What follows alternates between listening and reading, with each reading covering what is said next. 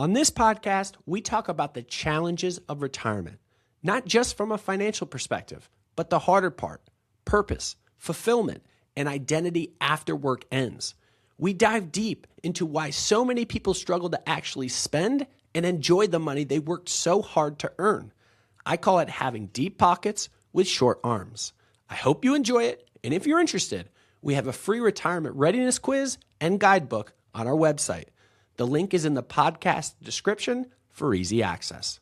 Thanks so much and enjoy.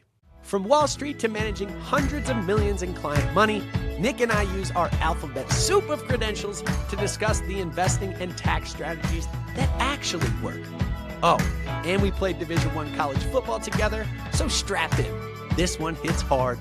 Let's go. All right, Nick, if you've dealt with enough retirees, you come to the realization that just like retirement is tough. And it's tough on a lot of fronts. It's tough from a standpoint of you've worked your entire life and saved all this money, and now you go from every day, a function, a process, a structure to, okay, now I'm going from all that structure and process and putting money into my bank or investing account on a month-to-month basis to now, now I don't have the structure in my life. I don't have somewhere to be all day, every day. And now I go from adding money to my accounts to begin pulling the money out of the accounts. And there's just so much psychological process shift that needs to be taken place there. And it's an event when it comes up that causes a ton of anxiety for investors and retirees, broadly speaking. And investors and retirees generally are one and the same. So let's just talk through kind of some of the broader themes of retirement, some of the challenges that present folks as they move into that phase of the life. Yeah, I think from just a behavioral side of things, those core challenges, the first one I think is spending anxiety. People, again, who have been conditioned in their entire life have been savers and investors, are now transitioning into being lifelong spenders, right? So the equation has been flipped on its head. If you look at a variety of different studies that are out there, 65% of retirees spend less than they could spend safely, despite having adequate assets for that. Retirees on average reduce spending by about 1 or 2% a year, even as things like healthcare and longevity risk rise over time. That's data from Vanguard. And, Fidelity did a study on this, and over 70% of retirees list their number one concern as running out of money ahead of death, illness, or market crashes. So there's definitely a psychological aspect of this that folks have a hard time wrapping their head around due to those big changes in their life. That's crazy to me, to think that folks fear more running out of money than they do literally death or disability or illness or all those things. Like, that is such a crazy thought to me. But I do understand that if you say to someone the first thing they ask them, hey, what's your biggest fear in retirement? That automatically puts them in a mind frame of like, okay, I am retired. Likely I'm healthy is I think how most people perceive that. And so naturally It's just like, hey, I don't want to run out of money. I don't want to have to go back to work, et cetera. And I think that is a shift that really is so dramatic and so pronounced in folks' lives. And it's not just the monetary aspect of it. That's certainly a component of it, but it's also just that psychological aspect of purpose in life that it's also added to this. And, my parents are a really good example. They have sufficient assets and they've done a great job. They've saved their entire life, and now they're going to move into that stage of, okay, now we're spending our money, et cetera. But I think from a personal standpoint, my mother is very great at tasks, and she does stuff, and she just can't sit still. I kind of got that nature from her of like, she bounces around. She's got a million things going on at all times. My father didn't have as much of that. So now you go from my mother's got a million things that she's doing all day, every day. She's fixing the house, she's gardening, she's doing ceramics, she's teaching classes.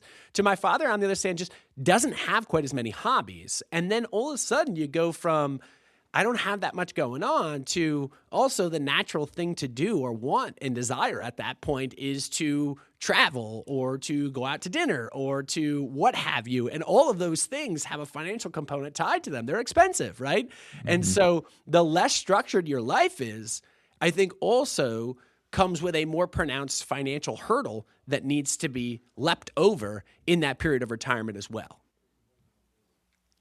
Yeah, without a doubt. And my folks, kind of a similar situation where they've got a long list of hobbies that they enjoy and things they enjoy doing, and they've been very frugal throughout their life, and kind of prioritize their spending on those things that do give them joy, that and keep them busy. Importantly. So there's definitely a balancing act, and it's not, that doesn't always happen overnight for folks. It's sometimes you've got to figure out those things. Now that you have all this additional time, what you would have put that into. It's funny, man. I often think about retirement as going into high school, right? Where when you're a freshman in high school, you are there, you are just trying to swim, keep your head above water, and you're trying to figure out all the inner workings of what goes on in a high school where you've got seniors, juniors, sophomore, and then you're the freshman there and you have no idea what's going on. Well, every stage of life kind of has that transition. So you go from there, you go to college if that's what your next experience is, and the same thing, you get thrown into the deep end again and figure it out, and then you get thrown into your career, and as you bop around in your career from one job to the next, it's always that learning experience. But I think people believe and perceive that when they go into retirement, it's not going to be that same learning experience. And what we tell people is like, let's try to prepare for that learning experience before it clobbers you right over the head when you say, hey, I'm out, I'm done. You need to start to think about, what is it I'm going to do with my time? What is it that's going to give me purpose in life? What is it that I feel passionate about? Is it legacy? Is it helping out? Is it volunteering? Is it playing golf? Is it fishing? Whatever it is, there's a consortium of different things that need to be put together. It's all the lifestyle of pleasure. It's also the lifestyle of purpose. And I think that we focus a lot of our time around the lifestyle of pleasure and what's going to be fun and what am I going to do to enjoy myself. But I think oftentimes what's left behind is the purpose part of it. And I've done some videos on this as of recently, and it goes back all the way to Aristotle. And this is like in 300, 400 BC. And he talks about two states of happiness that I think is really indicative of what people should think about as they move towards retirement. There's the hedonic state of happiness, and that is just that kind of dopamine-driven pleasure, right? Where going out to dinner is awesome, going on a trip is awesome, buying a new house, buying a new car, all of those things that people really perceive as what's going to drive their happiness in retirement. And then he talks about the real long-term happiness that people seek and find, and that comes in eudaimonic happiness is what he referred to it as. And that's more of that purpose-driven. It's volunteering, it's coaching, it's grandparenting, it's tasks that have benefits to them, gardening and seeing the fruits of that labor. Woodwork is another one they focus a lot of time on, just because you can see and it's so tangible, the start and the end result, and that gives you the purpose in life. And I think that it's, we talk a lot about financial, which we're going to get back to here in a second, but I think it's just as much in the vein of what am I going to do to serve purpose in my life than it is just the financial aspect. But we're probably going to circle back to the financial aspect here because that's kind of what we do. Yeah, and the only other thing I would add, in terms of, in addition to kind of finding that balance of purpose and fun with that, is having a game plan, putting something in place. I think really helps out with your physical and mental health in retirement. Which if you don't, if you look at no matter what organization it is, the APA, the Mayo Clinic, Yale Medicine, the number one contributor to chronic stress are financial and economic pressures, right? So you've worked your whole life, you've got a good-sized nest egg, but there can still be that low level of uncertainty and stress that comes with that if you don't have a solid game plan in place. And these chronic stress levels, can really cause a lot of underlying health issues and maybe make your physical ability to enjoy retirement a little shorter. So I think it's an important thing to think about. And I think the financial economic pressures was the number one cause of chronic stress.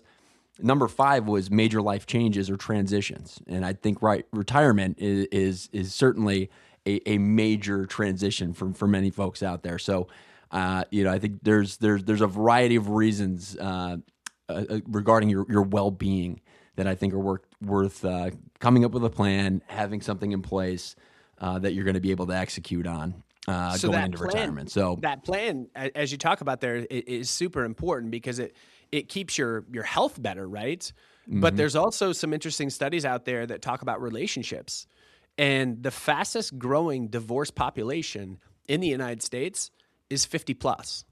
So it's funny that most folks think about, divorce as something that's a 25 to 35, where maybe you don't know your spouse well enough when you got married in the onset, and you just aren't mutually, it's not a cohesive relationship. But these are long-term relationships that have taken place now for, decades. And then folks get into that phase of retirement or working towards that goal, et cetera. And then all of a sudden they realize that lives start to deviate. And I think a lot of that comes down to the planning and the openness and the communication of things as well. And what we're seeing is a clear lack of that as we have the fastest growing divorce population being those over the age of 50, which was kind of shocking to me because I didn't know that stat, to be honest. Yeah, I know my dad was a little nervous about it. He was a road warrior for the majority of his career, was in all 50 states. Traveling probably on average 3 days a week. He's like, oh, man, I don't know how your mom's going to handle me being in the house this much. He's like, but they figured it out. But there was a little bit of an adjustment period there. That's funny. That's funny, totally. But getting back, I think just into kind of the financial side, I think that spending anxiety, and I think the other portion that people very concerned about is, what happens if we have a big market pullback or a market downturn? What's that going to do to my nest egg? And again, kind of builds on that whole vein of, can I continue to afford my lifestyle? Am I going to have enough? So I think there's some important strategies in terms of how you construct a portfolio and bucket things out to help manage that stress and anxiety as well on that front of it. Yeah. Sequence of returns are the biggest risk to someone's financial life not working in retirement. And so when you think about what I mean by sequence of returns, the biggest risk is you retire and right thereafter, the market experiences a significant drawdown. And that's when folks wind up going back to work. And we saw this, a lot of folks know, hey, my friend, my neighbor, whatever, went back to work in 2008, 2009, 2010, right? Where they retired in 2006, 2007, the market was at a peak and they had a massive drawdown, the great financial crisis. And then that folks started going back to work thereafter. And a lot of that just comes down to, clearly what we keep saying is planning. But I think that it's especially high risk in the nature of where we're at right now. And what I mean by that is markets are at highs right now, right? Where you can look at valuations, and we're not going to spend the nerd time on this, but you've seen an amazing run in the stock market. It's done 15+%, the S&P 500 for the past 10 years. And I think a lot of people get caught in the trap of kind of that recency bias where what's happened in the rearview mirror is just going to continue to perpetuate in the future. And so therefore they're comfortable with all-in stock market equity risk or darn near it because we haven't seen meaningful prolonged downdraft in the market for a decade and a half since the 2008 great financial crisis. We've had COVID, but it lasted 45 minutes and bounced. We had tariff bouts and they lasted 45 minutes and bounced. But a true economic contraction is something that we have not experienced. And I think that folks need to start to think about, okay, retirement is a long-term thing. This is a multi-decade, especially as we get older and our health gets better, longevity continues to go further and further out. People may spend 30 years in retirement, and we talk about, okay, well, we don't necessarily want to plan exclusively for that exogenous event or that economic contraction where they're few and far between. Well, few and far between happens in 30 years. So we need to think about that.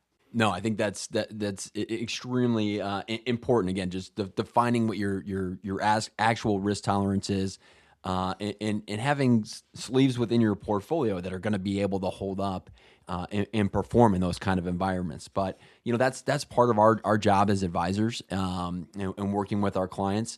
I think good advisors kind of stop being asset managers to a point when you get to this part of retirement, and it's kind of becoming more of a decision coach. So I think there's some once you're getting into retirement, I think there's some important categories kind of to look at, within your portfolio. And I think our job, number one, for folks who are going to be stop collecting a paycheck here in the near future, is to provide some type of income clarity for our clients, what you can expect to get on a monthly basis off all the different sources of income that you're going to have: Social Security, pensions if you're lucky enough to have one, and the money that we can generate off the nest egg that you've built.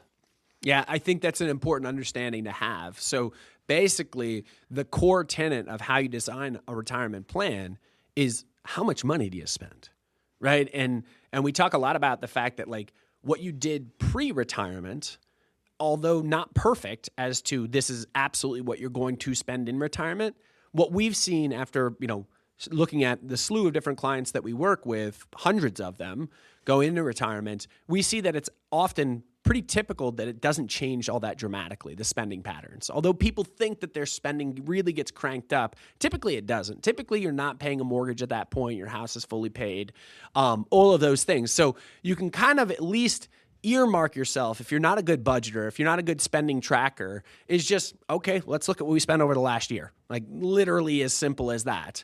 And then what you're going to do is take that spending and start to look at, okay, what amount of money do I need out of my portfolio? If I've got Social Security, if I've got a pension, whatever it might be, how much money do I need out of my portfolio on an annual basis to get there? And that's how you start backing into, okay, is retirement a reality with the financial assets that I have at this point? That's just the core tenet. How much do you spend is the driver of all of it. Yeah, without a doubt. And then I think that the number one, to address number two, anxiety that folks are feeling in that is what happens if we do have a market pullback. I think it's really important that you're stress testing these withdrawal plans, and that's something that we do running these portfolios through a variety, and your whole retirement plan, not just the investment side of things, but stress testing these portfolios, your spending habits. In the event that we do have significant market pullbacks, economic slowdowns, can these plans still hold up in those kind of environments? Yeah. I think something that's important to understand is just a term called maximum drawdown. And maximum drawdown is exactly what it sounds like it is. What is the maximum this portfolio has drawn down in history, right? And so it's not to say that that is the maximum it can draw down in another, tough period going forward, but that at least gives you some context. How bad did it get when it was bad?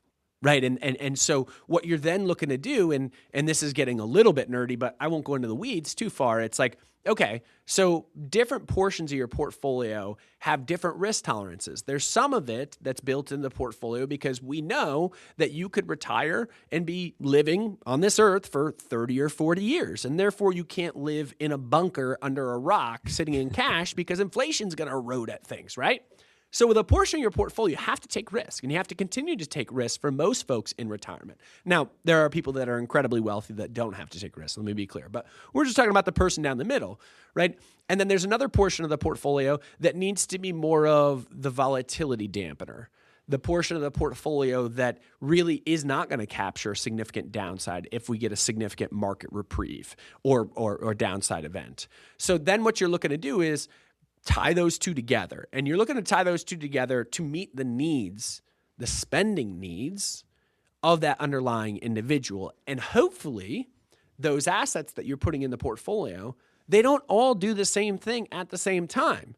Meaning if we get a nasty correction in stocks, hopefully that more conservative oriented bucket either goes up in value or at least treads water, right? And therefore you can be pulling from an asset that's on the conservative side to use your spending needs out of and allow that stock market risk potentially to go down and then bounce back before you start to pull out of that portion of the portfolio again. So there are lots of tools and levers that can be utilized there, but at the core of it, you need to understand that diversification, for lack of a better way of putting it, is something that's really, really important to allow you to deal with the bumps in the road that are inevitably going to come, especially as people's retirements become longer and longer periods of their life. Yep, and all that does really is you've got a game plan. When you initially start out, you want to have some flexibility built in there, and by having this kind of diversification by risk, by time horizon, you're able to have a little bit more flexibility and having an understanding of that flexibility exists. I think relieves a lot of that stress and anxiety from the folks that we're working with. Yeah, and I think the softwares, people have to realize how incredible softwares of financial planning and retirement planning are these days. So it's not a back of the napkin type math anymore. So even something simple like maximum drawdown, which just says, during a tough period in the past, how has this portfolio performed if it was constructed the way it is now? But there's also something that's called Monte Carlo simulations. And I'm not saying these are brand new, but the softwares do such a great job of packaging them so anyone can understand it. And what a Monte Carlo simulation is going to do is it's going to show you thousands of different, and then it's going to simplify, right? But it's going to run thousands of a different analysis of any point in history. If you had this portfolio, what would be the likely outcome of it? And it'll go through periods like you invested in 1990 and had the phenomenal run of the 90s.com bubble, before that popped in 2000. And what was the downside on the other side, to tougher periods of time like the 1970s and things like that. So it's going to give you the goods, the bads, the indifference. And then what it's going to do is typically show your portfolio and its performance, Monte Carlo simulation driven, against your spending needs on an annualized basis and say, okay, what is the probability of success? Given your financial assets, given your spending patterns, and given your portfolio at the end of the day. And that's the game that you're trying to play, is you're trying to drive the highest probability of successfully not outliving your money as possible. Yeah, and I think the number one feedback that we get from folks after walking them through that software is like, holy cow, I got a lot of money there when I'm 84. Yeah, no kidding.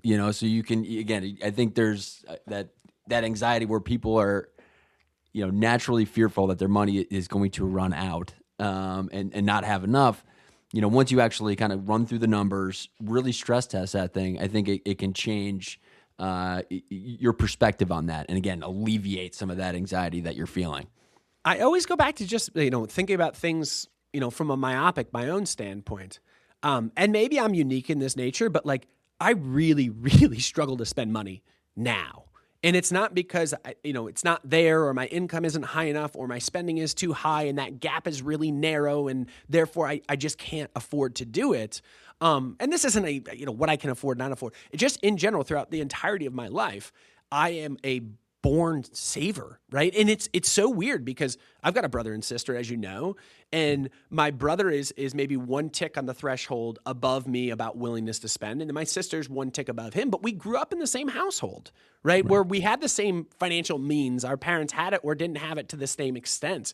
And it just, there's something there that's innate in my nature where I really, really struggle to spend money. And God bless me if I can't figure it out. Like I need to between now and retirement. Otherwise, I'm going to be living under a rock. And I know that's not healthy behavior, but that's just my innate nature of frugality. And hopefully, I can work with somebody, right? Because working with myself is not working.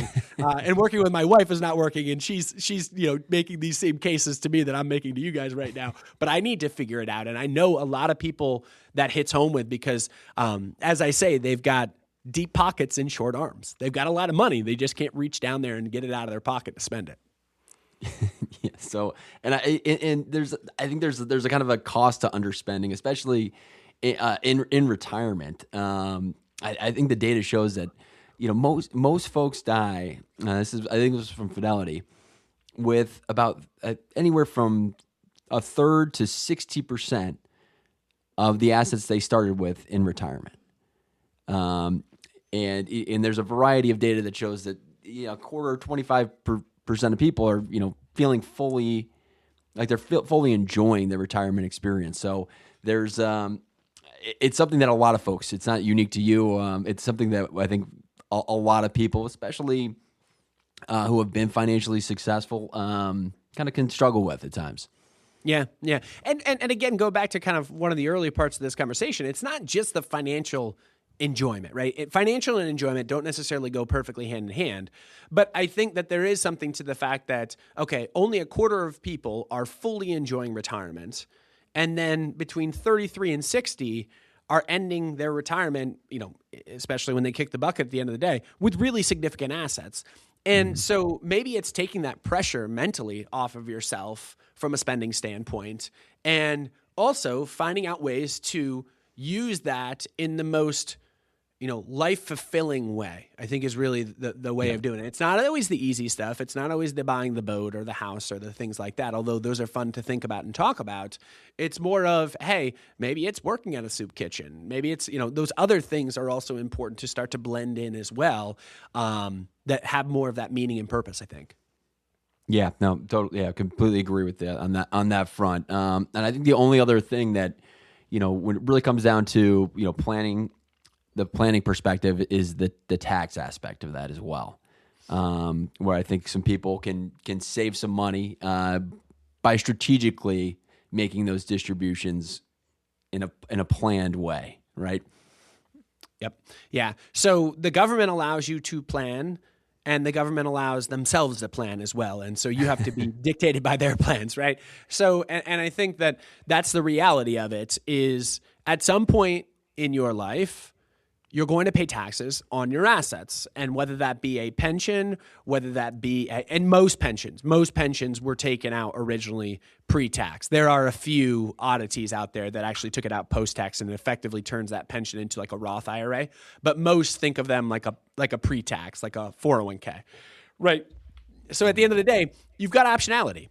And so what you want to do is construct a plan to start to understand, okay, when are my tax liabilities going to be lowest? And that is typically an opportune time to start to draw more money out. There are chances where a conversion of a traditional IRA into a Roth IRA can make sense.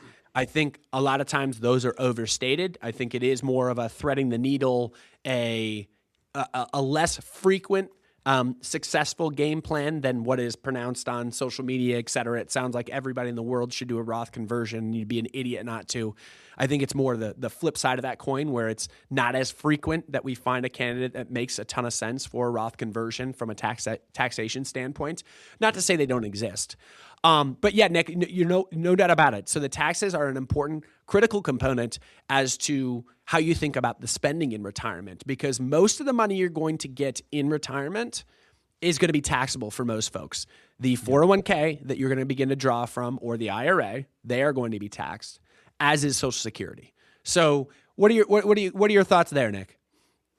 No, again, it's looking at things from a long-term perspective. Again, with our financial planning, the software that we're utilizing, we get a really great, clean look at kind of what your cash flows are going to look like, and we can start mapping that out. How we're going to, the tax bracket management of that, how we're going to blend taxable, deferred, and Roth withdrawals, and coordinate that with the Social Security or other income that you've got from business, real estate, whatever it is.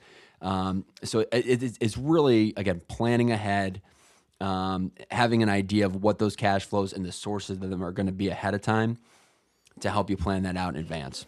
Yeah, everyone would like a rule of thumb on this, myself included. Right. Hey, this is what you do in retirement to reduce taxation and to increase, the after-tax nature of what you're able to get.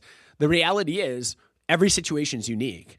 And so, it creates anxiety because if this isn't in your core competency, it's, well, I would love to talk to my neighbor to figure out how they did it, or my buddy, or my grandparent, or, not grandparent probably if you're going to retirement, but whomever, to figure out what the best route is to get this money out in the most tax preferential treatment.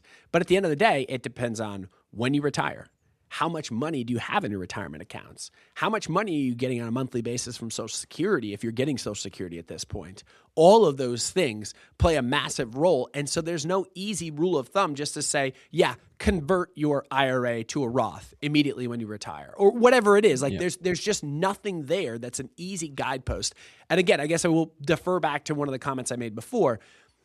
The Roth conversion is something that everybody wants to do because what it does mentally, psychologically, and we talk a lot about this in this podcast, the mental, psychological aspect of retirement, is it goes, okay, I'm done with taxes.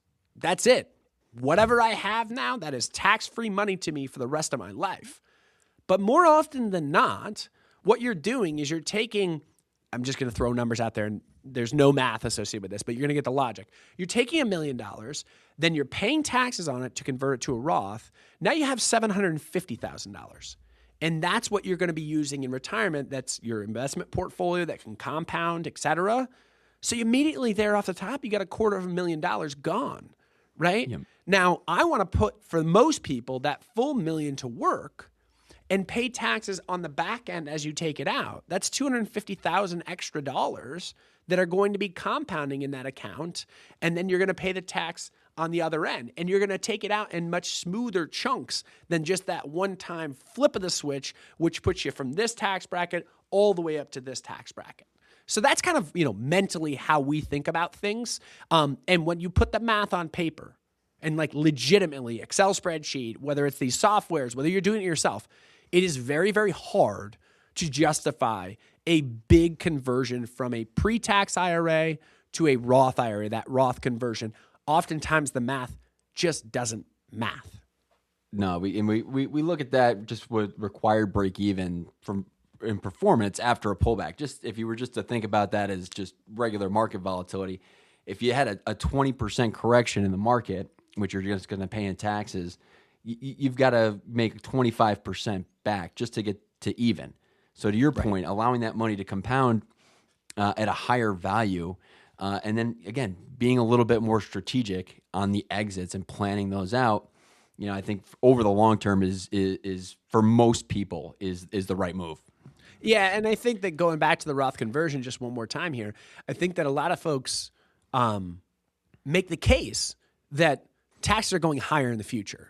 Right. And I understand the logic behind it. Like, we're in a lot of debt in this country. And so therefore folks say, hey, for us to get out of debt, we're going to have to pay down, we're going to have to have a significant tax increase in order to pay down that debt. But the reality is, like, Nick, since we came into this industry, the prevailing wisdom has been higher taxes, higher taxes, higher taxes. And taxes have gone one way, and it's lower. So I don't want to make a bet on taxes going higher in the future, and therefore make that decision today on that future presumption that you're going to be correct, which you haven't been up to this point. Yeah, it's a very difficult campaign slogan, unless you're talking about taking billionaires' wealth. But raising taxes on ordinary Americans and especially retirees is not going to be. I'm not a political analyst by any stretch of the imagination or consultant, but I would have to think that would be a losing strategy. Well, we saw it firsthand play out in Bush Sr.'s midterm. Yeah. When he tried to go up for re-election, he said, read my lips, no new taxes. And then he doubled back on that and did raise taxes. And what happened? He didn't get a second term because they voted and they said, you know what? We don't want new taxes. You're out of here, bud. So, yeah, I think that the political capital that comes along with higher taxes on the middle class is something that is just not going to put someone's butt in the seat making decisions in office. That's just not the reality of things. No, it's definitely not. And the other interesting strategy that has pushed a lot in our industry too, just in regards to addressing this anxiety around the income that you're going to have is annuity sales, right? Advisors selling guaranteed income for a period of time or for life. There's other ways to do that. It's a very compelling sales pitch. Those are very complicated contracts that you're signing into. They're very expensive, difficult to get out of. And the advisor is also making a huge commission off the sale of that contract. So, we've come across a couple of those here lately. And again, I think the decision people make to go into those products, there's some folks they may actually make sense for, but I think for a lot of folks, it's just, they have that anxiety, that nervousness about not having the income, not knowing that having certainty about what that's going to be kind of pushes them unnecessarily into making that investment decision. Yeah. So let's break down just kind of what an annuity is at its core. I think everyone knows the term, right? So the guarantee word is what everybody loves. But think about this now. These are insurance companies that run annuities, right? And I won't mention, but all the big ones are the folks that run them. So think about this. Nick, you have investable capital. You bring it to the table. I do. Everybody that we know does. And what they do is they pool it, right? And they're going to provide a guaranteed rate of return, 6% on an annualized basis is what they're going to kick out of this annuity, right? Well, in order for the insurance company to make money, they must know that their asset return on those underlying investments that they're going to do on your behalf is going to produce higher returns than that. So what they're doing is just taking law of large numbers. If they have new money coming into these annuities at all times. The market timing risk kind of is stripped out of this. And what they're going to do is pool assets, say, hey, we know over the long term with this asset blend that we're going to put our investor capital into, it's going to do 8%, 9%, whatever it is over the long term. So what we're going to do is we're going to guarantee 6 over here. And we're going to take that 3% spread. There's no free lunch out there. Obviously, these companies are doing this for a reason because they're making money based upon it. So they're making that 3% spread. Yeah, it's guaranteed. But at the end of the day, I really look at annuities as if a financial advisor is putting an annuity in front of you, what they're telling you is they are not confident managing the risk themselves. And therefore, they are willing to pay, and by they, I mean you, they are spending your money to pay, to your point, an exorbitant amount in order to have that risk be managed by a third party, right? And so huge commissions involved that you're paying in order to alleviate that risk that the advisor is not able to manage themselves. And so I think, that's at the end of the day how I view an annuity in the framework of this business that we're in. I think a financial advisor's job is to manage assets and strip out risk, much like an annuity does, without having you pay a 7% commission, which is often the case on the front end of buying that annuity. Nobody wants that haircut out of the gates. Your $100 becomes $93 immediately. Yeah, and again, it limits the flexibility, right, of your plan. Good point. If that, again, at the time, that may seem like the best decision that's out there. The guaranteed rate of return sounds very, very attractive, but again, things are going to change during the course of the potentially the 30 years that you're retired. You're really locking yourself in and reducing the optionality that you've got with your investable assets. So, to your point, I would think long and hard and maybe get a second opinion if the team that you're working with is pushing that hard for you. Know that there's they might have a conflict of interest on that front in terms of how much they're going to be paying and how much you're going to be giving up. Yeah, totally agree. And I think when you talk about the flexibility and the nature of the portfolio and your retirement game plan, so a lot of times what we want to do with folks that we work with and just any investor in general, like this isn't unique to us, but it's to say, hey, if we have a conservative set of assets over here and a more aggressive set of assets over here, even in retirement, those aggressive set of assets are going to be what keeps you ahead of inflation over the long term. And you get a meaningful sell-off in the more aggressive pool of assets that you have, i.e. a stock market correction. What you actually might want to do is take the more conservative assets on this side that have gone up in value and likelihood or treaded water, whatever, and you want to peel a portion of those to add to the risk assets. Because we all know kind of stocks go down like a coiled spring in a recession. They go down, down, down. That coiled up spring then hits a bottoming point. Stocks get puked by everybody, that point of capitulation, and then bang, they revert back upwards. And I'm not saying it's a comfortable time to be buying stocks, but with the right plan and the right downside risk mitigation that you can take from that asset that's conservative and actually might have gone up in value during that period and add to it on weakness, the more aggressive side of the portfolio, which is how you create sustainable long-term growth, is taking from strength, adding to weakness, et cetera. That's all about what portfolio management is. But to Nick, I'm puking on myself a little bit here as I talk through this, but my point of this is with that annuity, you don't have the flexibility to pull from it because it's a long-term structured contract that doesn't allow you out on the other side. That was the point of that memoir. Yeah. So I think we've hit that. If your team is really pushing those hard on you, come fill out our retirement quiz and have another conversation and look at some other options that may be out there. Totally. So yeah, I think again, we've got a great retirement quiz that we've put together for folks. Check it out on our website. I think it's really going to help folks just begin who are already in retirement or looking to retire in the near future. Just start coming up with a game plan. Gives you a nice framework to think about a variety of different topics and things that you need to be thinking about as you head into that transitional period, to help you, think about how you're going to spend intentionally, preserve your money intelligently and kind of live fully with your life in retirement. Yeah. No, guys, we appreciate the heck out of you listening to us. And I think at the end of the day, if you're looking for someone to, chat with you about just what retirement looks like, we're here and happy. It's not just the financial aspect of it. It's the purpose. It's the, all the pieces that wrap under one umbrella there. So thanks so much for the time today, guys. Thanks so much for listening, guys. We hope you enjoyed it. And if you're interested in the free retirement readiness quiz and guidebook, the link is in the podcast description. We'll catch y'all next week. The